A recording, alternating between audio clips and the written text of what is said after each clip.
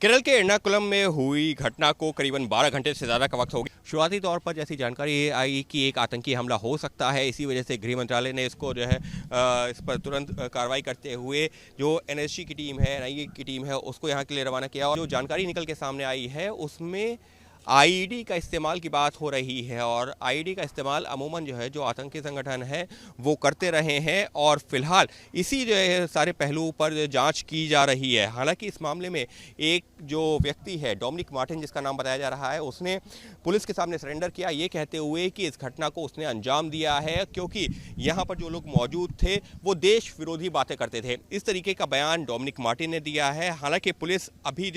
उसको अपनी हिरासत में ज़रूर लिया है, लेकिन उसके बयान पर आंख मूंद कर विश्वास नहीं कर रही है कोई भी जांच एजेंसी। इसी वजह से जो तमाम जांच एजेंसी हैं वो एक एक करके आपस में सहयोग कर रही हैं और यही पता लगाने की कोशिश कर रही हैं कि आखिर कितने लोग शामिल हो सकते हैं। क्या ये सिर्फ एक डोमिनिक मार्टिन जो कह रहा है कि उसने इस घटना को अंजाम दिया, क्या ऐसा मुमकिन है? क्योंकि चर्चा ये भी हो रही है कि जिस दौरान ये धमाका हुआ है उस दौरान यहाँ पर एक गाड़ी थी जो घटना से कुछ ही वक्त पहले यहाँ से गई है। क्या उस गाड़ी में कोई लोग थे, क्या उसके मददगार थे, कौन लोग थे वो जो इस घटना में शामिल हैं? ये तमाम वो पहलू हैं जो जांच के दायरे में हैं। लेकिन जिस तरीके से घटना हुई है उसमें जिस तरीके से आईडी का इस्तेमाल किया गया है, इसी वजह से केंद्रीय गृह मंत्रालय ने केंद्रीय गृह मंत्री अमित शाह ने खुद इस पर संज्ञान लेते हुए जो केंद्रीय जांच एजेंसियां हैं, एनआईए है, एनएसजी है, उसको मौका वारदात पर भेजा है और जिनकी जांच जारी है। और ये वो जामरा इंटरनेशनल कन्वेंशन सेंटर जहां पर पिछले 3 दिनों से कार्यक्रम चल रहा था, आज उस कार्यक्रम का आखिरी दिन था, जो ईसाइयों का एक कार्यक्रम था और यहीं पर हुआ है वो धमाका जिसमें 2 लोगों की मौत हो गई है और 40 से ज़्यादा लोग जिसमें घायल बताए जा रहे हैं, जिसमें से अभी भी 4 लोगों की हालत काफी गंभीर बताई जा रही है। यहाँ पर रविवार सुबह एक के बाद एक हुए 3 सीरियल ब्लास्ट से अफरा तफरी मच गई। केरला पुलिस की तरफ से पहले ही साफ कर दिया गया है कि आईडी का इस्तेमाल किया गया था। लो इंटेंसिटी के ब्लास्ट थे जिसमें एक महिला की अब तक मौत हो चुकी है और करीब 40 लोग इन सीरियल ब्लास्ट के अंदर घायल हुए हैं। पिछले 3 दिनों से इस कन्वेंशन सेंटर के अंदर एक समुदाय का कार्यक्रम चल रहा था और रविवार को तीसरा दिन था, यानी आखिरी दिन, और करीब 2 से 2,500 हजार लोगों की भीड़ थी। सुबह 9:20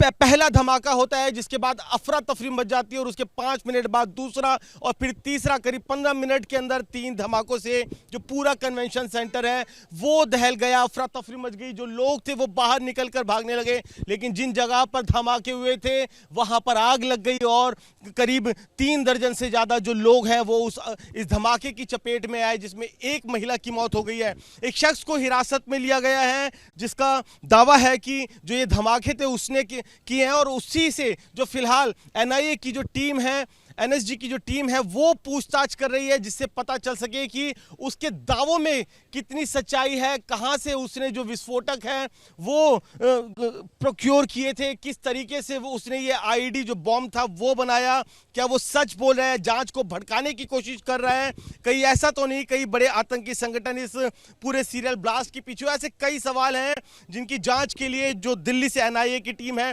वो यहां पर पहुंच चुकी है, आईबी के लोग पहुंचे हुए हैं, एनएसजी की टीम है वो इस पूरे मामले की अब जांच में जुटी है। केरल के एर्नाकुलम में एक कन्वेंशन सेंटर में जब ईसाइयों की एक सभा चल रही थी उसी दौरान हुआ एक बड़ा धमाका जिसमें अब तक 2 लोगों की मौत हो चुकी है और अस्पताल में 18 लोग भर्ती हैं जहां पर इलाज चल।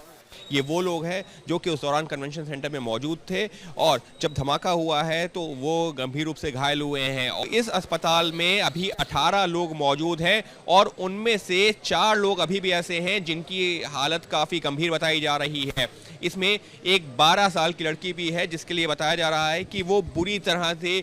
जली हुई है क्योंकि धमाका इतनी तेज था कि जो वहाँ पर एक महिला थी जिनकी मौत हुई है उनके शरीर के को बहुत ज़्यादा क्षति हुई है, उनका जो शरीर वहीं पर उन्होंने दम तोड़ दिया है। वहीं एक और जो व्यक्ति जिसकी मृत्यु हुई है वो जब अस्पताल में पहुँचे हैं उनका यहाँ पर इलाज चल रहा था लेकिन बुरी तरह से झुलसे हुए थे और वहाँ पर उनकी मौत हुई है। तो इस तरीके से 2 लोगों की मौत हुई है। अब तक 36 से ज़्यादा लोग इसमें घायल बताए जा रहे हैं और उसमें से 4 लोग अभी भी ऐसे हैं जिनकी हालत काफ़ी गंभीर बनी हुई है। तो फिलहाल एक तरफ जो है यहाँ पर डॉक्टर्स अस्पताल में इलाज कर रहे हैं, कोशिश ये कर रहे हैं कि लोगों की जान बचाई जा सके। तो दूसरी तरफ अगर हम बात करते हैं जांच एजेंसी की, तो जांच एजेंसी की कोशिश ये है कि इस मामले का जो पहलू है, आखिर ये जो हमलावर है जिसने पुलिस के सामने सरेंडर किया है, क्या वाकई में वही जो हमलावर है भी, या उसी ने जो इस तरीके से जो है इस घटना को अंजाम दिया है। क्योंकि आईडी यानी कि एक एक्सप्लोसिव जो आईडी का इस्तेमाल किया गया है, वो इस तरीके से उस शख्स के पास कहां पहुंचा, किस तरीके से इस घटना को अंजाम दिया गया, वो अकेला व्यक्ति था या और भी लोग शामिल थे, तमाम वो पहलू हैं। और अभी पुलिस की जांच, इसी वजह से पुलिस, भले वो व्यक्ति जो है वो जो है दावा कर रहा हो कि उसने इस घटना को अंजाम दिया है, लेकिन पुलिस की जांच तमाम पहलुओं को लेकर भी है।